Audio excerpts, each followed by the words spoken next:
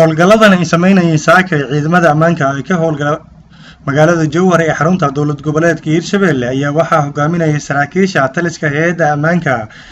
ee Hirshabelle kuwa oo isugu jira booliska dowlad goboleedka Hirshabelle hay'adda nabad sugidda ciidamada AMISOM ee nabad ilaalinta u jooga Soomaaliya sidoo kale ciidamada sida gaarka ah oo tababaran ee Haramcad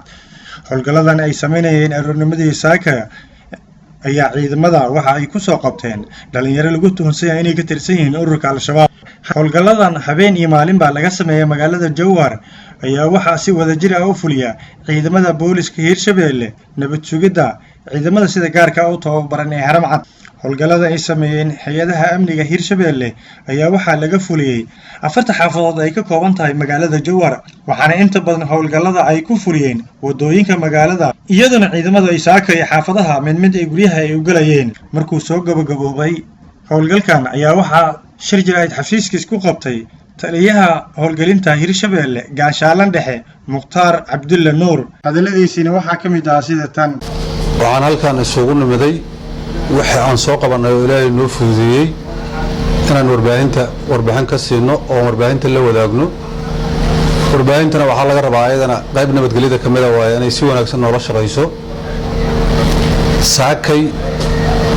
ugu dambeysay shaqadan soo qabanay waxaan shaqeeynay isbuucyadii ka horeeyay bishaan oo dhan rondaan wadnay waxaan ku soo qabanay rag fara badan oo dimbilayaala oo shabaaba iyo qalab oo shabaabka leeyahay sida ogtihiin banagama dhageeridin waa ogtihiin dadkii waa haynaa maxkamadan ku wareejin doonaa hadduu la yiraaho saakay waxaan ka howlgalnay degmadan gib ahaan caasimadeeda waxaan uga howlgalnay nabad sugid booliska ciidamada Haramcad oo nagula soo kordhiyay dhammaan saraakiisha iyo ciidamada isla howlgalay saaka waxaan soo qabanay nawar sameeyay idinka nala howlgalay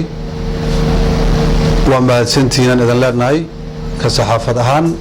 mar walba iyo saacad walbana sidaan aad nolol shaqaysiinaan u baahannahay sidoo kale dadka saraakiilaan ka ku qanacsanahay amarada nala siiyo madaxdeena siisan ku shaqeeyayna xogta shacabka oo na siiyo sida haddaba ay shacabka xogta noo siiyaan waxyaabaha aan qabanay anaka ma qaban shacabka qabtay waxba qaban ma karno booliska haduu shacab laan yahay sirta waxaan la wadaagnaa shacabka sirtayna siiyaan ku howlgalnay howlgalku waa joogto saacad male xog male hadda oo waraysiga aan ku jirno oo aan shaqada ka nimaday oo la quraacan hadii xog oo shacabka soo siiyo horan uga dhaqaaqayna xogtaas Liban Cabdulle Maxamed Liban Lakima Somali Cable TV caasimada dowlad goboleedka Hirshabelle magaalada Jowhar